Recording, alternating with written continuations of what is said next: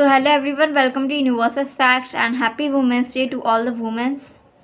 तो आज का हमारा बात का टॉपिक है कि हम एसएससी में जब हम एग्ज़ाम देने जाएंगे, एंट्रेंस एग्ज़ाम अपना, तो वहाँ पे क्या सिलेबस जो हम सिलेबस किया है वो इनफ है, उतने में हमारा निकल जाएगा, पेपर इजी आएगा या टफ आएगा। और अगर एडमिशन हो गया एसएससी में तो स्टडीज़ कैसे होंगी, रेफरेंस बुक क्या रहेगी। तो इससे रिलेटेड बुक मुझे बनाने के लिए करीना पटेल ने बोला था और आज मेरी काफ़ी लोगों से बात हुई, उन्होंने ही बोला कि एक वीडियो हमारे लिए बनाइए ताकि हमें पता लगे कि कैसे होने वाला है। तो आप सबकी हेल्प के लिए एक वीडियो आई है। तो बात करते हैं, अगर आप एक स्टेम स्टूडेंट हैं तो आपको साइंस, मैथ्स और मैथ ये क्लियर होना चाहिए, यही क्योंकि आपका एंट्रेंस एग्ज़ाम में आने वाला है। मेरे एंट्रेंस एग्ज़ाम में यही आया था। जो साइंस है वो 8th क्लास की आपको पूरी क्लियर होनी चाहिए, अच्छे से पढ़ी होनी चाहिए। जो मैथ्स है वो भी 8th का बेसिक भी क्लियर होना चाहिए और हायर लेवल पे भी आपने मैथ्स अच्छे से समझ लेनी चाहिए 8th क्लास की। और मेंटल एप्टीट्यूड के लिए आप यूट्यूब पे जा सकते हैं, काफ़ी सारी चीज़ें होती है मेंटल एप्टीट्यूड में भी, सीख लेना। और जो सेल्फ स्टडी करते हैं, मैंने भी सेल्फ स्टडी से ही एडमिशन लिया है और एंट्रेंस एग्ज़ाम क्लियर किया था, तो मैं तो यूट्यूब पर ही गई थी। और अगर आप सेल्फ स्टडी करते हैं, मेरी करीना पटेल से बात हुई, वो भी सेल्फ स्टडी करती हैं, बहुत सारे बच्चे होंगे। आप जब यूट्यूब पे जाओगे तो वहाँ पे सर्च कर लेना क्लास 8 की पूरी साइंस की बुक, तब वो आपको मिल जाएगी। वहाँ पे आपको पूरा कंसेप्ट क्लियर करवा देंगे 8th की पूरी साइंस। मैंने एक ही वीडियो में पढ़ा था, क्योंकि जब मेरे को पता लगा था कि क्या क्या आने वाला है, तो उसमें मेरे को शुरुआत में बोला गया था सिलेबस में कि मैथ ही आएगा, और मैं मैथ में लगी, मुझे लगा कि मैथ मुश्किल ना आए।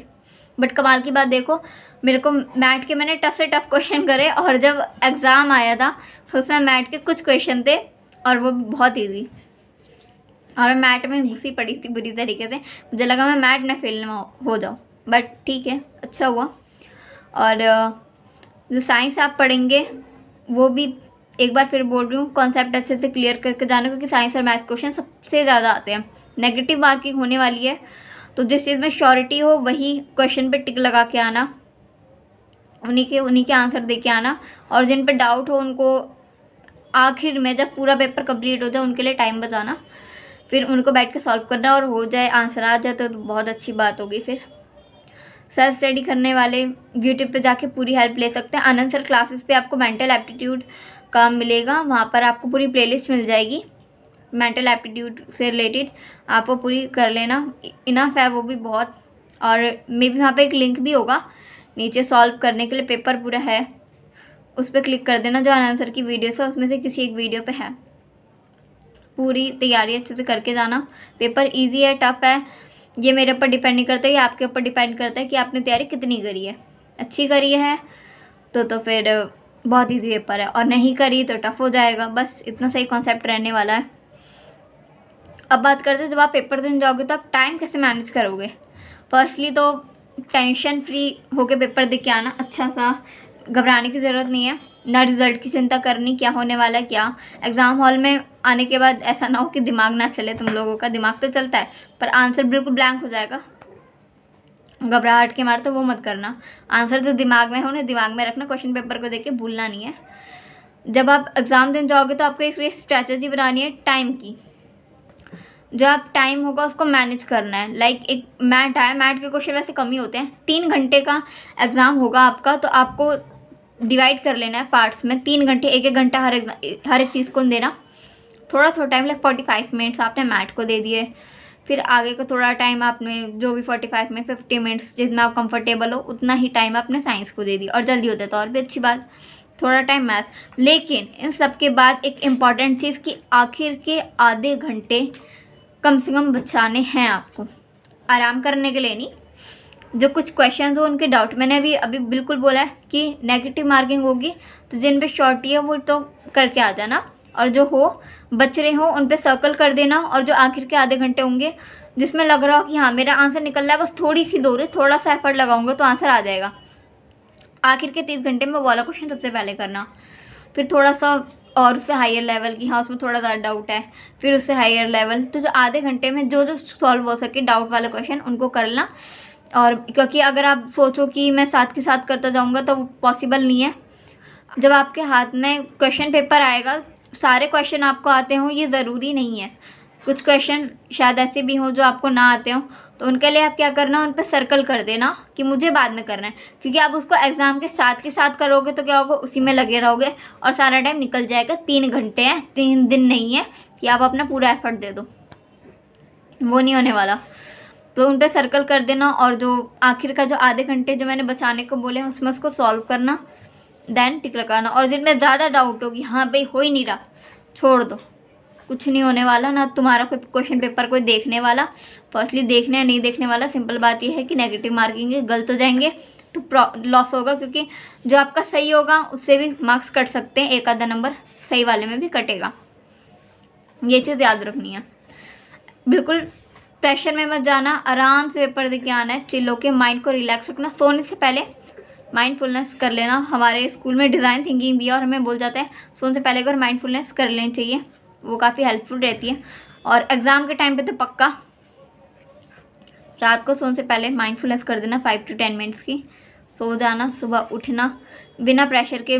टाइम ज़्यादा हो तो रिवाइज़ कर लेना, नहीं हो तो कोई बात नहीं, टाइम से एग्ज़ाम सेंटर पे पहुंच के वहाँ एग्ज़ाम दे के आना और घर आके एग्ज़ाम के टाइम भी ब्लैंक नहीं होना है, विदाउट एनी टेंशन, आराम से एग्ज़ाम दे के आपको आना है।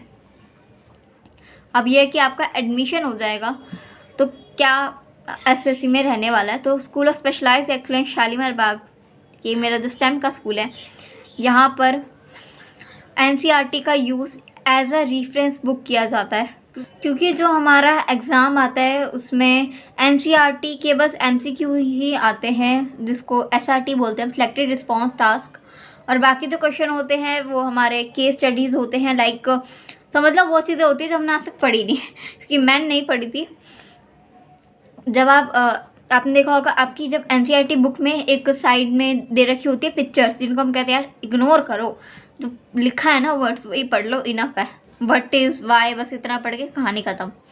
और एक एक्टिविटीज़ भी होती होंगी, उनको भी आप शायद छोड़ देते होंगे, बट वही आपका एग्ज़ाम में आने वाला है। एसएससी में जो आपके एग्ज़ाम होते हैं, लाइक मेरा भी, आपको 25 26 तारीख को ही आपका एंट्रेंस एग्ज़ाम है, क्योंकि 23 तारीख तक तो हमारे एसएससी के बच्चों के 9th के जो बच्चे हैं उनका एग्ज़ाम है स्टेम स्कूल में, तभी आपका 25 को रखा गया है, ताकि जब आप आओ तो हम आपका टेंशन में नहीं अच्छे से स्वागत करें। और जब हम देते हैं तो उसमें यही सारी चीज़ें आती है जो मैंने आपको बता दी। अब थोड़ा आपको आइडिया दे देती हूँ मैं। जो आईबी है वहाँ पे इंटरनेशनल बैकलॉरेट, वहाँ पर जो क्वेश्चन है वो अलग तरीके से आते हैं। अब हमने कोई टॉपिक पढ़ा, समझ लीजिए सीबीएसई के हिसाब से देखा जाए, आपने एक टॉपिक पढ़ा है और आपके एग्ज़ाम में वो क्वेश्चन आ गया, उससे छोटा मोटा जितना टॉपिक है उतना पढ़ा और उतना ही रिलेटेड उससे आ गया, आप क्या करोगे, दे के आ जाओगे, और क्या पता बहुत अच्छे मार्क्स आ जाएं आपके। आपने पूरा पेपर बिल्कुल बुक को अच्छे से निहार लिया, चाट लिया, बिल्कुल बहुत अच्छा दे के आओगे। बट एसएससी में ऐसा नहीं है, वहाँ पर आप सिर्फ वो क्वेश्चन के आंसर दे पाओगे जो एनसीईआरटी से रिलेटेड है, क्योंकि आईबी के कोई ऐसी बुक नहीं है, इसलिए हम NCERT as a reference book use करते हैं। आपको जो पढ़ रहे हो उसकी आपको ब्रीफ नॉलेज एक होनी चाहिए, जो बुक में है वो इनफ नहीं है। आपने बस इतना पढ़ा, लाइक कोई बीमारी थी, एक बीमारी है, उसका नाम दे रखा है, बीमारी का सोल्यूशन यानी वैक्सीन किसने बनाई, कब बनाई, बस इतना एनसीईआरटी में दे रखे। फॉर एग्जांपल क्वेश्चन आपसे आया कि किसने दवाई बनाई, कब बनाई, आपने दे दिया, ये सीबीएसई के पैटर्न के हिसाब से ख़त्म।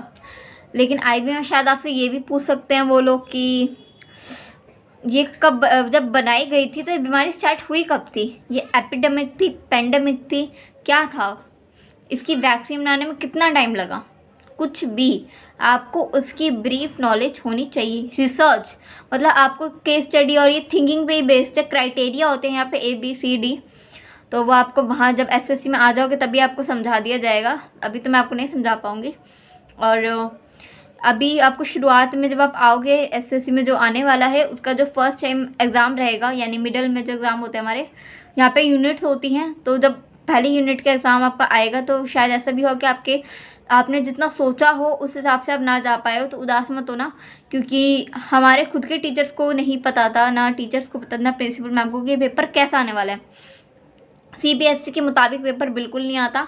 अगर आप सोचो तो आईबी अलग चीज़ है, सीबीएसई अलग चीज़ है, और ये DBSE बन गया है। DBSE नाम है इसलिए क्योंकि इसमें IB है और CBSE है। CBSE एज अ CBSE की बुक को रेफरेंस बुक में यूज़ किया जाता है और IB के तरीके से पढ़ाया जाता है, और VMC जो स्टैम्प के स्कूल में है उनको पढ़ाया जाता है साथ के साथ।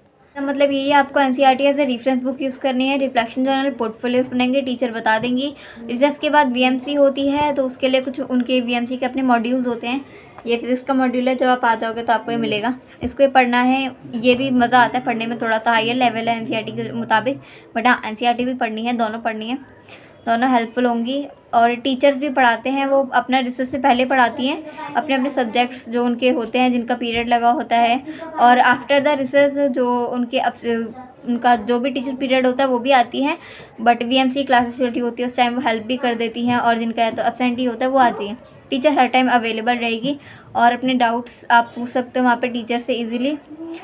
सो ऑल द बेस्ट उन सब स्टूडेंट को जो एग्ज़ाम देने वाले हैं, and thank you so much. Bye bye, next video में मिलेंगे।